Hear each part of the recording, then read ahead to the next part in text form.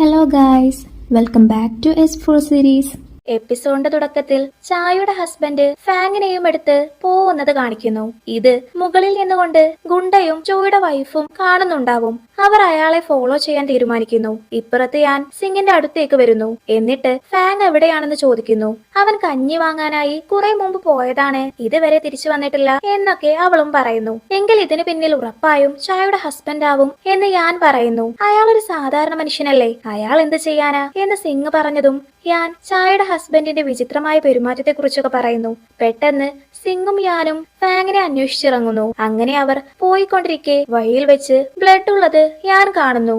സിംഗ് അത് പരിശോധിച്ചിട്ട് ഇത് ഫാങ്ങിന്റെ ബ്ലഡ് ആണ് എന്ന് പറയുന്നു. ഞാൻ സിംഗിനോട് അവളുടെ പവർ ഉപയോഗിച്ച് ഫാങ്ങിനെ കണ്ടെത്താനൊക്കെ പറയുന്നു. കാണാതെ പോയ മനുഷ്യരെ ഒന്നും കണ്ടെത്താൻ എനിക്ക് കഴിവില്ല. പിന്നെ ചായയുടെ ഹസ്ബൻഡാണ് ഫാങ്ങിനെ തട്ടിക്കൊണ്ടുപോയതെങ്കിൽ അവൻ ഉറപ്പായും എന്നെ അന്വേഷിച്ചു വരും. അതുവരെ നമുക്ക് വെയിറ്റ് ചെയ്യാം എന്നൊക്കെ സിംഗ് പറയുന്നു. നിങ്ങൾക്ക് എങ്ങനെയാ ഇങ്ങനെ പറയാൻ തോന്നുന്നത്? നിങ്ങളുടെ കൂടെ എന്തിനും ഏതിനും എപ്പോഴും ഫാങ് ഉണ്ടാവാറില്ലേ? എന്നിട്ടും അവനൊരു ആവശ്യം വന്നപ്പോ നിങ്ങൾ എന്താ അവനെ ഹെൽപ്പ് ചെയ്യാത്തത് എന്നൊക്കെ ഞാൻ സിംഗിന്റെ പിന്നാലെ നടന്ന് ചോദിക്കുന്നു. ഇവിടെ ചായയുടെ ഹസ്ബൻഡ് ഫാങ്ങിനെ ചായ മരിച്ച ഗുഹയിലേക്ക് കൊണ്ടുവരുന്നു. ഫാങ് എന്തിനാ എന്നെ തട്ടിക്കൊണ്ടുവന്നത് എന്ന് ചോദിക്കുന്നു. നീയല്ലേ എന്റെ ഭാര്യയെ കൊന്നത് എന്ന് അയാളും തിരിച്ചു ചോദിക്കുന്നു. ഇത് കേട്ട് ഫാങ് ചായ ഒരു മനുഷ്യനല്ല, അവളൊരു മോൺസ്റ്റർ ആണ് എന്നൊക്കെ പറയുന്നു. അപ്പോ ദേഷ്യം വന്ന ഹസ്ബൻഡ് അവനെ അടിച്ചിട്ടിട്ട് എന്റെ ഭാര്യയെ കുറിച്ച് കള്ളം പറയരുത്, ഇനി അവൾ ഒരു മനുഷ്യനല്ലെങ്കിലും എനിക്കൊരു പ്രശ്നവുമില്ല, ഞാൻ അവളെ ഒരുപാട് സ്നേഹിക്കുന്നുണ്ട് എന്നൊക്കെ പറയുന്നു. നിനക്ക് ഞാൻ പറഞ്ഞത് വിശ്വാസമായിട്ടില്ലെങ്കിൽ നീ സിംഗിന്റെ അടുത്തേക്ക് ചെന്ന് ചോദിക്ക്, അപ്പോ നിനക്ക് സത്യമെല്ലാം മനസ്സിലാവും എന്ന് ഫാങ് പറയുന്നു. എന്റെ ഭാര്യ നിന്നെ വന്ന് കാണാനാണ് എന്നോട് പറഞ്ഞത്, അല്ലാതെ സിംഗിനെ കാണാനല്ല എന്ന് ഹസ്ബൻഡ് പറഞ്ഞിട്ട് സിംഗ് മരിച്ചുപോയതല്ലേ, പിന്നെ എങ്ങനെയാ അവൾ തിരിച്ചു വന്നത് എന്ന് ചോദിക്കുന്നു. ഇപ്പുറത്ത് സിംഗും യാനും ചായയുടെ വീട്ടിലേക്ക് വരുന്നു. അവിടുന്ന് അവർക്ക് ചായ എഴുതിയ ആ ലെറ്റർ കിട്ടുന്നു. ഇവിടെ ഗുഹയിൽ ചായയുടെ ഹസ്ബൻഡ് ചായ കൊടുത്ത ആ ബോക്സ് തുറക്കുന്നു. എന്നിട്ട് ഇത് നിന്റെ ഉള്ളിൽ ചെന്നാൽ നീ താനെ സത്യം പറയും എന്ന് പറഞ്ഞിട്ട് അതിലുണ്ടായിരുന്നൊരു മരുന്നെടുത്ത് ഹസ്ബൻഡ് കഴിക്കുന്നു. ശേഷം മറ്റൊന്നെടുത്ത് ഫാങ്ങിനും നിർബന്ധിച്ചു കൊടുക്കുന്നു. അത് ഉള്ളിൽ ചെന്നതും ഫാങ്ങിന് അവന്റെ വയറ്റിൽ കമ്പ് കൊണ്ടതും സിംഗ് തിരിച്ചു വന്നതുമൊക്കെ ഓർമ്മ വരുന്നു. മനുഷ്യന്റെ ബ്ലഡ് കൊണ്ടാണ് അവൾ തിരിച്ചു വന്നത് എന്നൊക്കെ ചായയുടെ ഹസ്ബൻഡിന് മനസ്സിലാവുന്നു. അയാൾ എനിക്കെല്ലാം മനസ്സിലായി എന്ന് പറഞ്ഞ് അവിടെ നിന്ന് ഓടിപ്പോകുന്നു. ഇപ്പൊ ഗുണ്ടയെയും ജോയുടെ വൈഫിനെയും കാണിക്കുന്നു. ഗുണ്ടയാണെങ്കിൽ നമുക്ക് അകത്ത് ചെന്ന് നോക്കിയാലോ എന്നൊക്കെ ചോദിക്കുന്നു. അപ്പോഴാണ് ഫാങ് ഏന്തി വലിഞ്ഞ് ഗുഹയുടെ പുറത്ത് വരുന്നത് അവർ കാണുന്നത്. ഇതേ സമയം സിംഗും അവനെ അന്വേഷിച്ച് ഗുഹയിലേക്ക് വരുന്നു. ആരോ വരുന്നുണ്ടെന്ന് മനസ്സിലാക്കിയ ഗുണ്ട ജോയുടെ വൈഫിനെയും കൊണ്ട് ഒളിഞ്ഞിരിക്കുന്നു. സിംഗ് ഫാങ്ങിനെ കണ്ട് അവന്റെ അടുത്തേക്ക് വരുന്നു. ഫാങ് ആണെങ്കിൽ എനിക്ക് നിന്നോട് കുറച്ച് കാര്യങ്ങളൊക്കെ പറയാനുണ്ട് എന്ന് പറഞ്ഞതും സിംഗ് അതൊക്കെ എനിക്കറിയാം എന്ന് പറയുന്നു. ഉടനെ യാനും അങ്ങോട്ടെത്തുന്നു. സിംഗ് യാനോട് ഫാങ്ങിനെയും കൊണ്ട് വീട്ടിലേക്ക് പോവാൻ പറയുന്നു. ശേഷം സിംഗ് ഗുഹയുടെ ഉള്ളിലേക്ക് പോകുന്നു. അവൾ പോയതും ജോയുടെ വൈഫും ഗുണ്ടയും പുറത്തു വരുന്നു. ഗുണ്ട ഞാൻ ഇപ്പൊ വരാമെന്ന് പറഞ്ഞ് അവിടുന്ന് പോകുന്നു. സിംഗ് ഗുഹയിൽ കയറി നോക്കുമ്പോൾ ചായയുടെ കൂടെ അവളുടെ ഹസ്ബൻഡും മരിച്ചു കിടക്കുന്നത് കാണുന്നു. അവന്റെ രക്തം കൊണ്ടിട്ടും ചായ തിരിച്ചു വരാത്തത് കണ്ട് സിംഗിന് ഫാങ്ങിന്റെ രക്തം കൊണ്ട് മാത്രമേ മരിച്ചവർക്ക് തിരിച്ചു വരാൻ സാധിക്കൂ എന്ന് മനസ്സിലാവുന്നു. ശേഷം സിംഗ് ഗുഹയിൽ നിന്ന് പുറത്തു വരുന്നു. സിംഗിനെ കണ്ട് ജോയുടെ വൈഫ് ആകെ ഞെട്ടിത്തെറിച്ചു നിൽക്കുന്നു. അപ്പ അങ്ങോട്ടേക്ക് ഗുണ്ട വരുന്നു. അവൾ അവനോട് മിസ് ബായ് വന്നിട്ടുണ്ട്, നമുക്ക് വേഗം ഇവിടുന്ന് പോവണം എന്നൊക്കെ പറയുന്നു. ഇത് കേട്ട് അവൻ ദേഷ്യത്തോടെ ആദ്യം നീ പറഞ്ഞു ഇങ്ങോട്ട് വരണമെന്ന്, ഇപ്പൊ പറയാണ് ഇവിടുന്ന് പോണെന്ന്, ഞാനെന്താ നിന്റെ കളിപ്പാവയാണോ എന്നൊക്കെ ചോദിക്കുന്നു. എന്നിട്ട് നീ ആ സ്റ്റോൺ തരാതെ എന്നെ പറ്റിക്കുകയാണോ എന്ന് ചോദിക്കുന്നു. നീ എന്നെ ഹെൽപ്പ് ചെയ്താൽ ഞാൻ നിനക്ക് ഉറപ്പായിട്ടും ആ സ്റ്റോൺ തരാം എന്ന് പറഞ്ഞിട്ട് അവൾ അവനെയും കൊണ്ട് അവിടുന്ന് പോകുന്നു. ഇപ്പോ സിംഗ് വീട്ടിലേക്ക് വരുന്നു. അവളെയും കാത്ത് ഫാങ് പുറത്തിരുന്ന് ഉറങ്ങിയിട്ടുണ്ടാവും. സിംഗ് അവന്റെ അടുത്ത് വന്ന് നോക്കിയതും അവൻ കണ്ണു തുറക്കുന്നു. അവൻ അവളോട് ചായ തിരിച്ചു വന്നോ എന്ന് ചോദിക്കുന്നു. അവൾ ചായയുടെ കൂടെ അവളുടെ ഹസ്ബൻഡും ഇപ്പൊ മരിച്ചിട്ടുണ്ട് എന്ന് പറയുന്നു.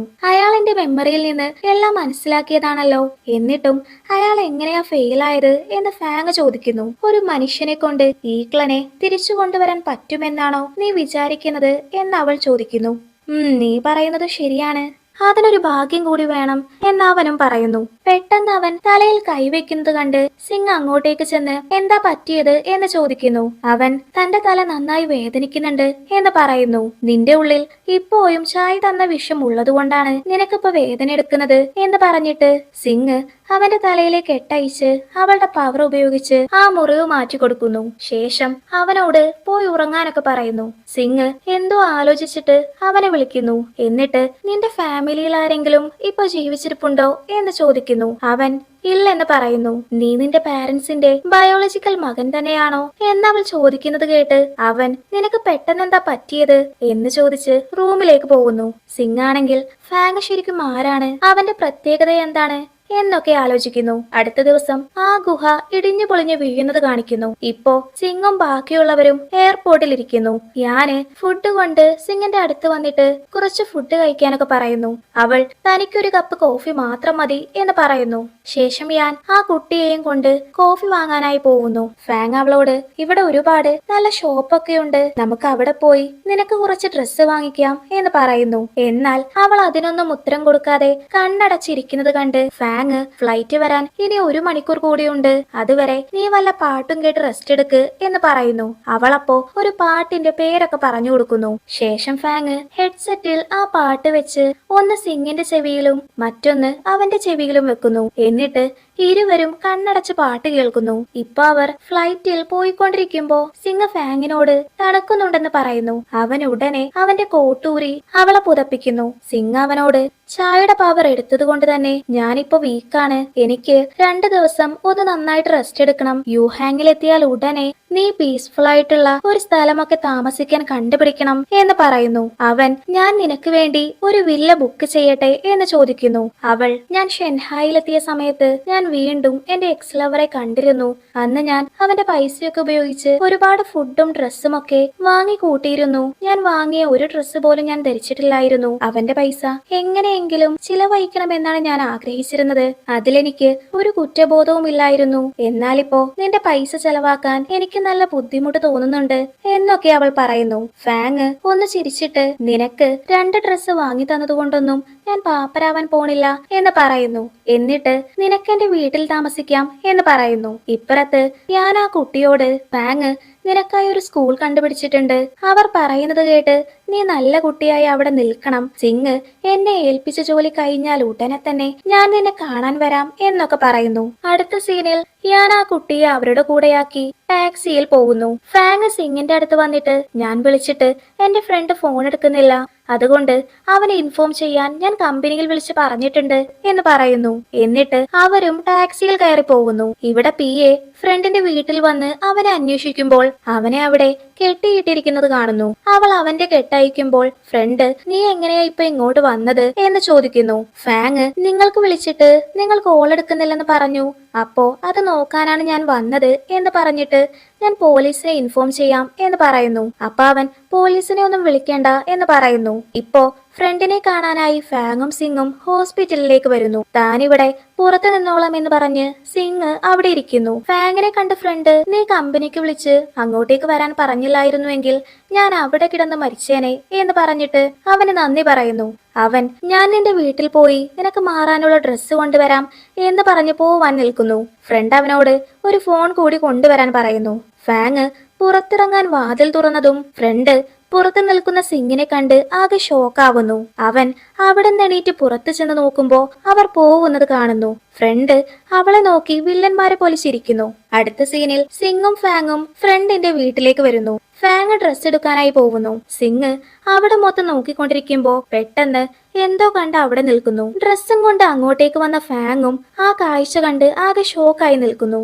മുന്നിലുള്ള തന്റെ ആദ്യത്തെ ഗേൾഫ്രണ്ടിന്റെ ഫോട്ടോ കണ്ട് ഫാങ് പാസ്റ്റിൽ നടന്ന കാര്യങ്ങളൊക്കെ ഓർക്കുന്നു. ഒരിക്കൽ ഫ്രണ്ട്സ് എല്ലാവരും ഒന്നിച്ചിരുന്ന് എൻജോയ് ചെയ്തുകൊണ്ടിരിക്കുമ്പോ ഗേൾഫ്രണ്ട് സമയം ഒത്തിരിയായി ഞാൻ വീട്ടിലേക്ക് പോവാണ് എന്ന് പറഞ്ഞ് ഇറങ്ങാൻ നിൽക്കുന്നു. വീട്ടിലെത്തിയിട്ട് മെസ്സേജ് അയക്കണം എന്നൊക്കെ ഫാങ്ങും അവളോട് പറയുന്നു.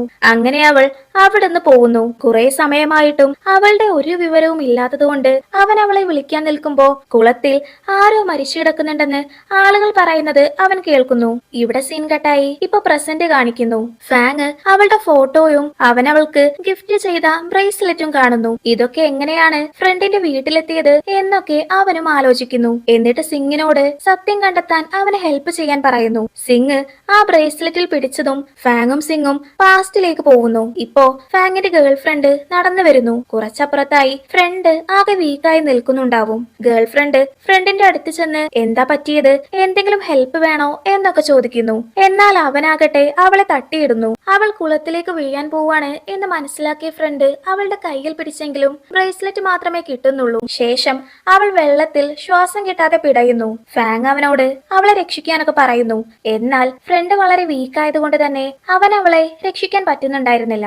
ഇപ്പോ സത്യം മനസ്സിലായ ഫാങ് ഫ്രണ്ടിനെ കാണാനായി പോകുന്നു. സിംഗ് ആ വീട് മൊത്തം നോക്കുമ്പോൾ ഫ്രണ്ട് വെള്ളം കുടിച്ചിരുന്ന പാത്രം കാണുന്നു. പിന്നെ റൂമിൽ ഒരു പെയിന്റിംഗ് ഉള്ളതും അവൾ കാണുന്നു. ഇവിടെ ഫാങ് ഫ്രണ്ടിന്റെ അടുത്ത് ചെന്ന് ആ ബ്രേസ്ലെറ്റ് കാണിക്കുന്നു. എന്നിട്ട് എന്റെ അശ്രദ്ധ കൊണ്ടാണ് ഗേൾഫ്രണ്ട് മരിച്ചത് എന്നാണ് ഞാൻ ഇതുവരെ വിചാരിച്ചിരുന്നത്.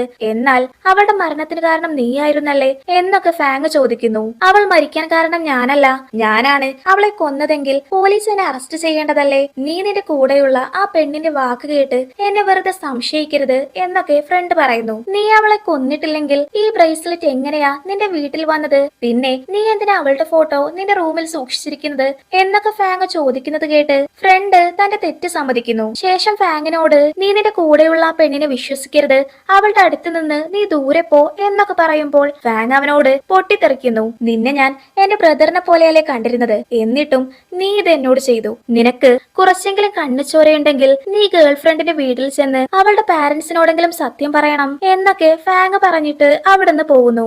ഫ്രണ്ടാണെങ്കിൽ ഇതിനെല്ലാം കാരണം ആ സിംഗ് ആണ്, അവളെ ഞാൻ വെറുതെ വിടില്ല എന്നൊക്കെ പറയുന്നു. ദേഷ്യത്തിൽ നിൽക്കുന്ന ഫ്രണ്ടിനെ കാണിച്ച് ഇന്നത്തെ എപ്പിസോഡ് കഴിയാണ്.